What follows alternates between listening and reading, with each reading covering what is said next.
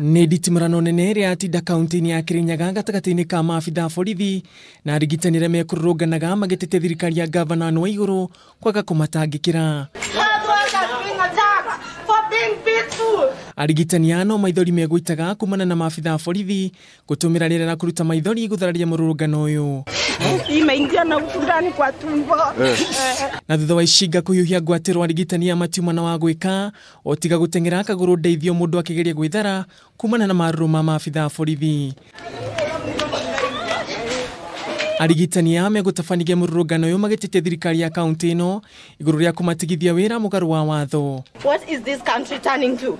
What is the next step? Because if Kenyans keep getting attacked by the people that they're trusting to protect them, then we are going nowhere. We are health workers fighting for better health service delivery in this county.